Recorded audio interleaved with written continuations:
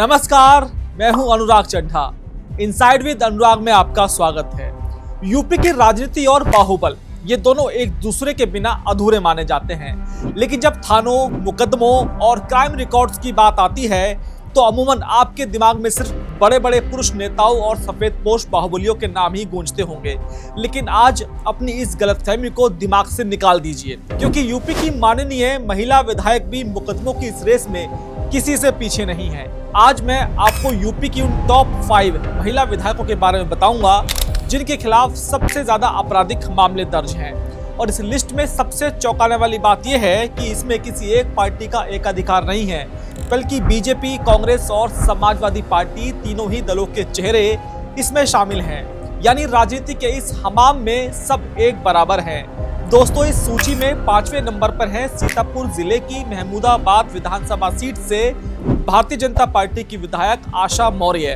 2022 के चुनावी रण में आशा मौर्य ने एक कड़ा मुकाबला जीता और विधानसभा की सीढ़ियां चढ़ी। चुनाव आयोग को दिए गए उनके आधिकारिक हलफनामों के मुताबिक आशा मौर्य ग्रेजुएट हैं, लेकिन जिस चीज पर सबसे ज्यादा नजर टिकती है वो है उनका लीगल और फाइनेंशियल रिकॉर्ड। इनके खिलाफ कुल 3 आपराधिक मामले दर्ज हैं। आर्थिक स्थिति की बात करें तो 2022 के आंकड़ों के अनुसार इनकी कुल घोषित संपत्ति 5 करोड़ 59 लाख रुपए से ज्यादा है।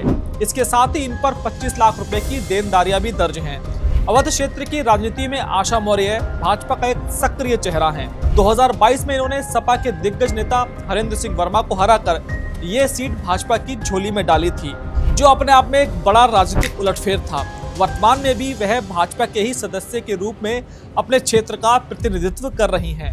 इस सूची में चौथा नाम उत्तर प्रदेश की राजनीति के सबसे नाटकीय और चर्चित घटनाक्रमों से जुड़ा है। यह नाम है कौशाम्बी जिले की चायल सीट से विधायक चुनी गई पूजा पाल का। राजू पाल हत्याकांड और अतीक अहमद के साय से निकली पूजा पाल की सियासत ने हमेशा सुर्खियां बटोरी हैं। ग्रेजुएट पूजा पाल के खिलाफ कुल 3 आपराधिक मामले दर्ज हैं। उनके आर्थिक प्रोफाइल पर नजर डालें तो उनकी कुल घोषित संपत्ति 17 करोड़ 28 लाख रुपए से ज्यादा है।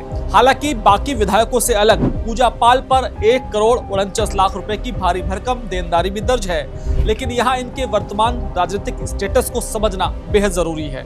2022 के चुनाव में पूजा पाल ने यह सीट समाजवादी पार्टी के टिकट पर जीती थी, लेकिन बीते 1 साल में उनका सियासी सफर पूरी तरह से पलट चुका है।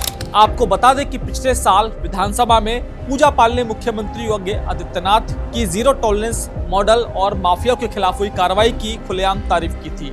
अनुशासनहीनता और पार्टी लाइन से बाहर जाकर बयानबाजी करने के चलते अगस्त 2025 में सपा प्रमुख अखिलेश यादव ने सख्त कदम उठाते हुए पूजा पाल को समाजवादी पार्टी से निष्कासित कर दिया था। यानी तकनीकी और संवैधानिक रूप से पूजा पाल आज भी विधायक है, लेकिन अब वह समाजवादी पार्टी का हिस्सा नहीं है। पूर्वांचल की एग्रेसिव और बाहुबली राजनीति का जिक्र हो और बलिया का नाम न आए, ये कैसे मुमकिन है? इस फहरिस्त में तीसरे नंबर पर है बलिया जिले की बांसडीही विधानसभा सीट से भाजपा विधायक केतकी सिंह।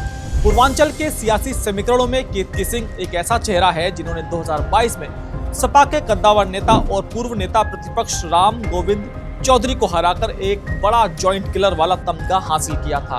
उनके चुनावी हलफनामे पर नजर डालें तो केतकी सिंह के खिलाफ 3 आपराधिक मामले दर्ज हैं। शैक्षणिक योग्यता में ग्रेजुएट केतकी सिंह की कुल घोषित संपत्ति 2 करोड़ 3 लाख रुपए से अधिक है। एक दिलचस्प आंकड़ा यह भी है कि इतने बड़े राजनीतिक रसूख और करोड़ों की संपत्ति के बावजूद उनके हलफनामे में उन पर कोई भी वित्तीय देनदारी या कर्ज दर्ज नहीं है। पूर्वांचल के बलिया, मऊ, गाजीपुर बेल्ट में जहां चुनाव हर एक जंग की तरह लड़ा जाता है, वहां केतकी सिंह आज भी भाजपा के लिए एक अहम वोट कैचर और रणनीतिक चेहरा बनी हुई हैं। इस सूची में दूसरे नंबर पर है बुंदेलखंड के हमीरपुर जिले की राठ सीट से भारतीय जनता पार्टी की विधायक मनीषा। बुंदेलखंड की राजनीति हमेशा से सूखे, पलायन और खनन के इर्द गिर्द घूमती रही है, लेकिन वहां से उभरने वाले नेताओं का अपना एक अलग प्रभाव होता है। मनीषा के खिलाफ भी कुल 3 आपराधिक मामले दर्ज हैं। हालांकि जब हम इस सूची की अन्य विधायकों की संपत्तियों से इनकी तुलना करते हैं तो एक बड़ा फर्क दिखाई देता है। पोस्ट ग्रेजुएट मनीषा सिंह की कुल घोषित संपत्ति सिर्फ 22,94,000 रुपए है। अन्य विधायकों की तरह इनका ग्राफ करोड़ों में नहीं जाता और इनके ऊपर कोई वित्तीय देनदारी भी नहीं है। 2022 के चुनाव में उन्होंने सपा की चंद्रवती को एक बड़े मार्जिन से हराया था।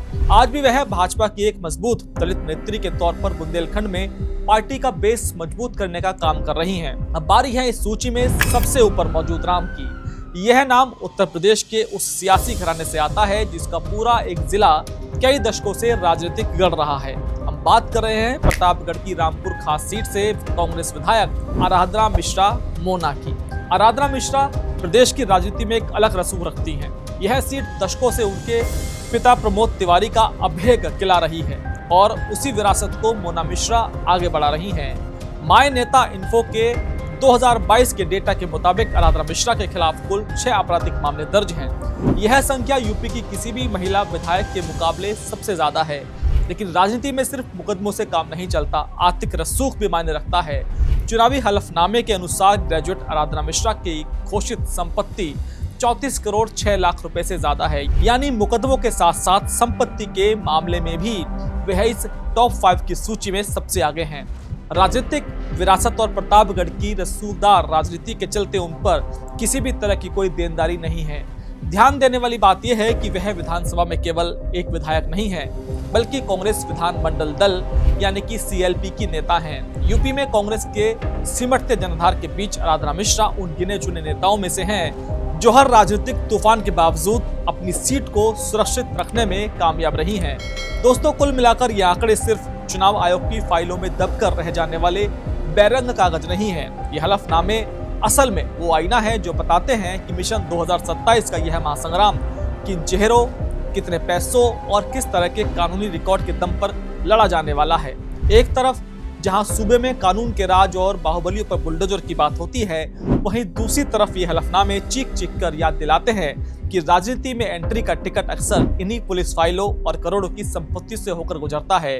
फिर चाहे वो पुरुष हो या महिला, चाहे वह आराधना मिश्रा की 34 करोड़ की संपत्ति हो या पूजा पाल का सपा से भंग होकर भाजपा के सुर में सुर मिलाने वाला सियासी दाव, यह सब यूपी की उस हार्डकोर राजनीति का हिस्सा है जिसे समझे बिना आप 2027 के नतीजों का सटीक अंदाजा नहीं लगा सकते। एक जागरूक मतदाता के तौर पर यह जानना आपका संवैधानिक अधिकार है कि आपके नेता की डिग्री क्या है, सत्ता की सीढ़ियां चढ़ते ही उसकी दौलत कितनी तेजी से बढ़ती है और सबसे अहम, थानों में उसके नाम की कितनी फाइलें धूल फाक रही हैं। इसलिए जब 2027 के चुनाव में ये माननीय विधायक आपके दरवाजे पर हाथ जोड़कर वोट मांगने आए और नए वादे गिनाने आए, तो उनसे सिर्फ सड़क और पानी का हिसाब मत मांगिएगा। एक बार उनकी आंखों में आंखें डालकर उनके क्रिमिनल बैकग्राउंड और उनकी बेहिसाब संपत्ति के बारे में जरूर पूछिएगा, क्योंकि सवाल पूछना ही एक मजबूत लोकतंत्र की पहली शर्त है। दोस्तों, मेरा ये विश्लेषण आपको कैसा लगा कमेंट बॉक्स में जरूर लिखकर बताइएगा। साथ ही साथ मेरे चैनल को सब्सक्राइब करना बिल्कुल मत भूलिएगा। आपसे मुलाकात हुई किसी दूसरी खबर के साथ। नमस्कार।